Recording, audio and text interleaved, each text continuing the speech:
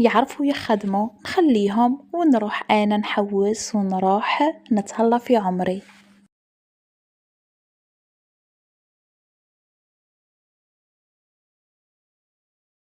بسم الله والصلاة والسلام على حبيبنا رسول الله. أول شيء قمت به البنات شربت قهوتي. شوفوا باش راح نشربها بهذيك الحبة تاع البقلاوة.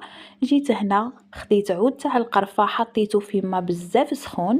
على بالكم باللي القرفة تضبط الأنسولين في الدم وتما راهي تفيدنا برا ما ناكلو حاجة حلوة مليحة نشربو القرفة باش هكا ما يطلع لناش مستوى السكر في الدم. ماشي اللي مرض بالسكر ولا لا، الحمد لله الإنسان ماشي مريض، ولكن من أجل ضبط مستوى السكر في الدم.